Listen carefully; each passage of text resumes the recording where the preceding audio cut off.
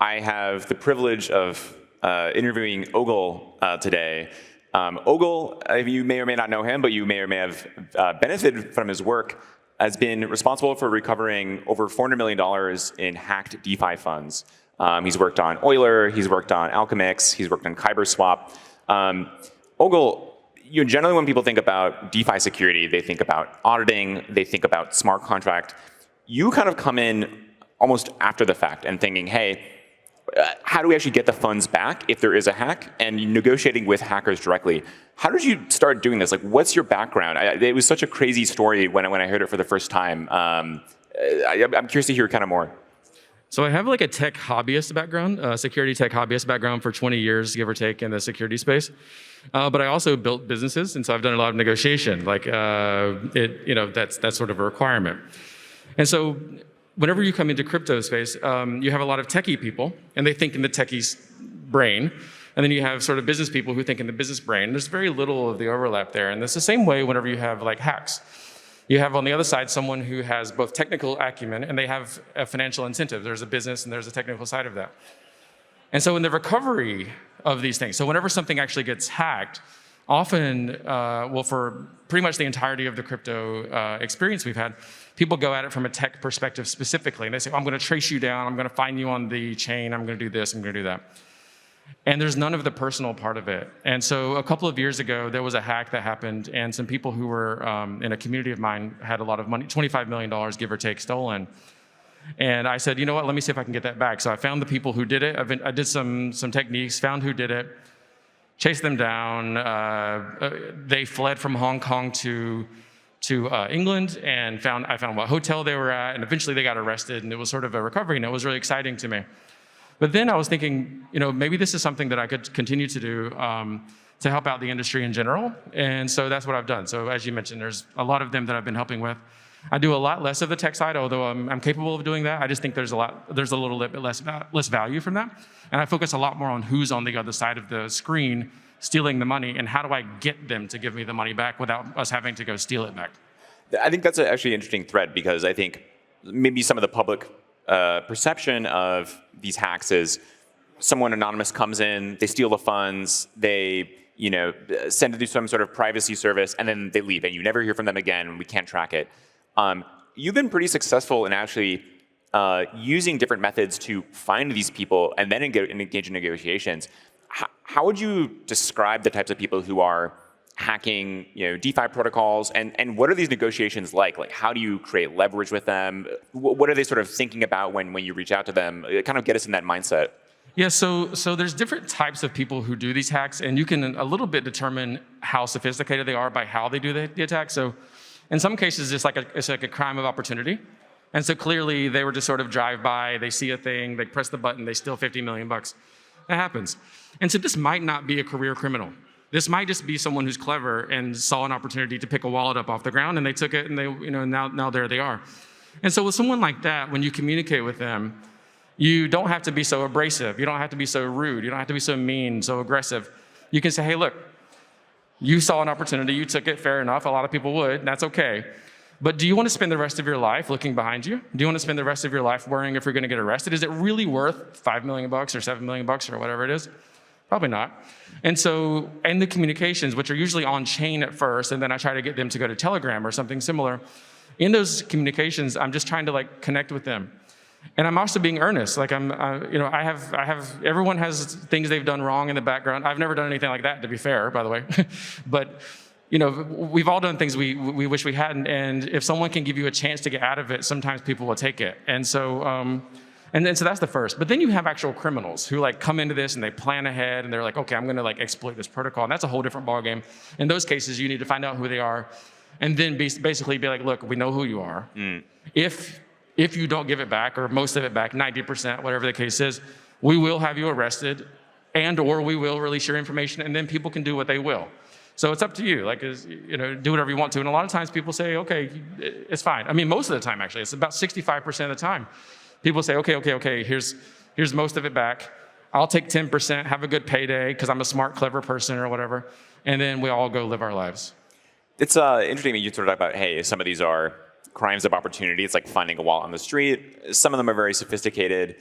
how would you kind of describe the people who are hacking, or at least you've talked to? Are they young? Are they old? Where are they kind of coming from? What's the kind of general level of sophistication? Yeah, general level of sophistication is very high, as you would expect. The age is, basically whenever the prefrontal cortex hasn't really finished developing yet, and because they're making stupid decisions, right? So it's 18, 20, 22, 24, this kind of arena. And a very, very large amount of them are in Asia. Singapore actually is quite it pumps them out pretty good. And so does Hong Kong. Those are the two places. And why, I'm not sure, but that's just how it happens. So people often would go to Hong Kong Poly, or they used to go to ACS here in Singapore. There's these are elite students usually, who just either because they're excited or because they are poor or whatever the case is, they decide to take advantage. Yeah. You have really made a name for yourself, I think, in this angle of the crypto security landscape. I really can't think of anyone who has the kind of track record that you do. Like I said earlier, over $400 million in hacks recovered. So people in the room, you may have benefited from some of Ogle's work if you've recovered some funds. You were also recently named an advisor to World Liberty Financial, which is a project that is associated with some members of the Trump family and that they're working on. Give us some more of the background there. Like, how are you working with them? What kind of motivated you to get involved? Yeah, so one of their advisors, who's public, he hit me up, and actually he owns a protocol that at one point I did a recovery for. So they had a hack, and I got them the money back with them. And he said, hey, look, Ogle, can you do a phone call? I need to make sure I'm secure and safe. And I said, not a problem. We got on the phone call. We talked for 15, 20 minutes. And I said, hey, I don't know who's on the team or who else is there, but your weakest link is going to be everyone else. And so why don't we get on a call and why don't you put me on a call with the team, and I'll teach them some things and make sure everyone's safe and secure. And he said, okay, sure. So we got on the phone, we got on a Zoom call, and it turned out that I recognized some of the people who were involved. They just didn't know my name in crypto. And so they were like, oh, shoot, it's you. Oh, I had no idea. And so fast forward a couple of days, they said, would you want to be on the advisory team? And I'm thinking about this because it's complicated. Like, on one hand, if this thing does really, really well, then I'm essentially like, I'm forever, 50% of people forever hate me because there's an alignment with Trump. On the other hand, if it does poorly, like 80% of people are going to hate me because I'm aligned with Trump and it's screwed people. Right? And so there's really no positive outcome here on a personal basis. But on the other hand, I really felt like it was important to, as best as I possibly can, try to be a part of this, because with Trump being involved, a lot of people are going to come in. And these are going to be people who are like old, like my grandpa, who don't really know what they're doing, but do want to do it. Right? And so that's like a recipe for disaster in crypto. We see it all the time with exploits and hacks and thefts and this sort of thing. And so I thought, okay, if I can embed myself there and get in between the bad guys and, for example, my grandpa and the tens of thousands of other grandpas like mine who are probably going to come in, net, that's probably a positive thing to do. So that's really the motive. That's a good point. It's not so much an endorsement of the project, whatever it may be. You're placing guardrails to make sure, hey, there aren't hacks, or at the very least, we can recover any funds that might be hacked. If Kamala Harris had one and she hit me up, I would have done the same thing. It has nothing to do with politics. It's not any side of the political spectrum. We care about the users. Maybe on that topic, what are some, I guess, underestimated or underappreciated attack vectors that you see teams going after for DeFi hacks? Obviously, people are familiar with smart contract bugs and things kind of on that level. What are some attack vectors that you've seen people exploit that maybe teams didn't appreciate or sort of guard against ahead of time? There's really, really cool attacks actually being done by some more sophisticated groups. There's stuff called spear phishing. Spear phishing. It's been done for a long time, but these guys are doing a really good job of it. And so basically what they do is they'll say, they'll hit you up, but they'll hit you up from like a friend you had when you were 14 that you haven't kept up with. And how do they know that? Because they spent 3 weeks learning about your life. And so they'll hit you up from Johnny, and you used to be friends with him, but you don't know what he looks like anymore. You guys haven't talked in a while, but now you are. And he'll say, hey, look, I know you're in the crypto space. I am too. I actually have a really, really solid job over here at Paradigm. I know you're doing great over there at Dragonfly, but Paradigm, come on. And so, would you want to chat? And you say, yeah, sure. Let's get on there. And then they'll actually, they'll send you some software to download to do the Zoom meeting, but it'll be a fake Zoom or a fake application to do that. Suddenly, they're in your system. they'll actually have the call. There won't be video, but they'll do a call. They'll use voice obfuscation or AI to fake the voice for a little while. It'll sound a little choppy, but it'll be believable enough because you haven't talked to this person since they were 13 or 14. So what do you know? Move on. You don't get the job, but what's called a rat is still inside of your system. And so now they're in the Dragonfly ecosystem, and they can sit there and hang out, or they can exploit it in some way.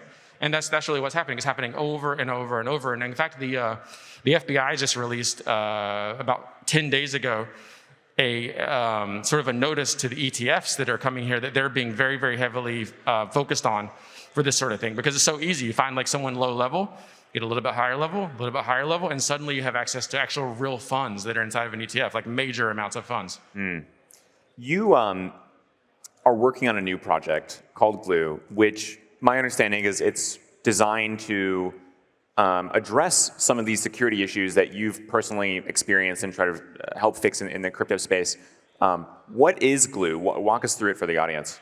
So Glue is a chain ecosystem. So it's an L1, it has L2s, it has a DEX, it has all the things that you would expect on a chain, but we do it all inside of one thing called the hub, at hub.glue.net.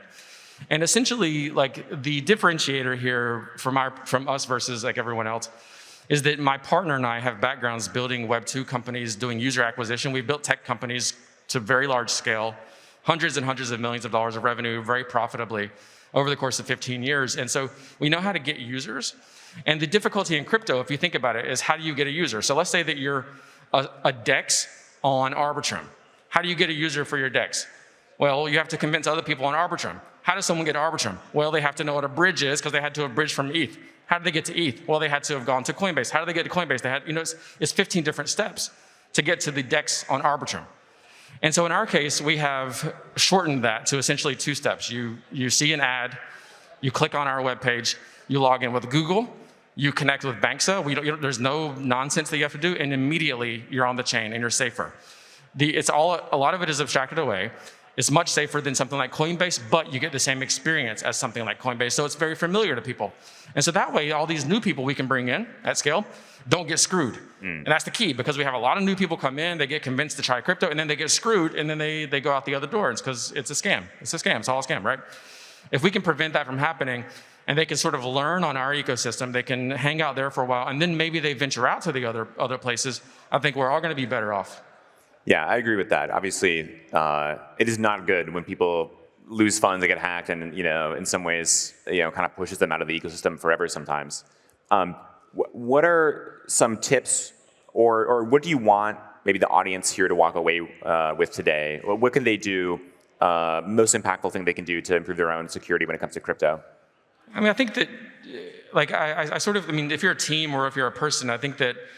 What do they say? An ounce of preparation is worth a pound of response, or something like that. Like, be sort of like, think about this ahead of time. Have prophylactics, so to speak, about this, instead of having to react to a situation that you're surprised by one morning.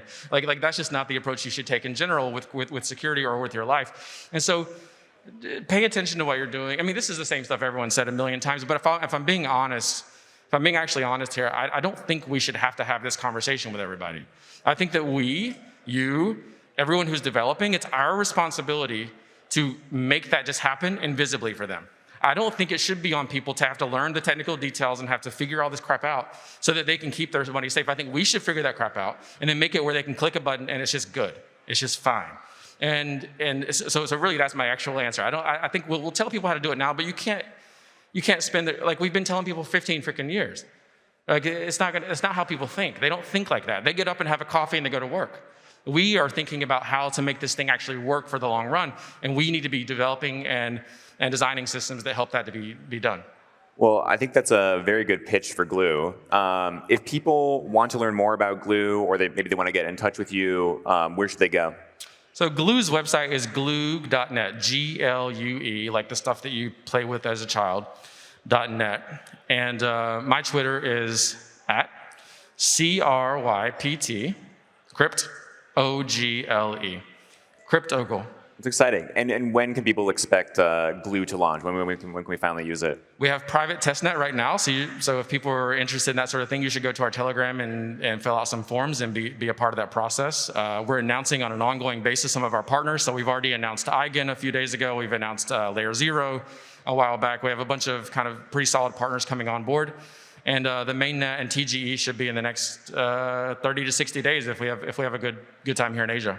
Very exciting. Well, once again, Ogle, you're a living legend. Thank you so much for joining. And to everyone out there, stay safe. And if you do run into issues, Ogle and Glue have your back. Thank you so much. Thank you, Tom, very much.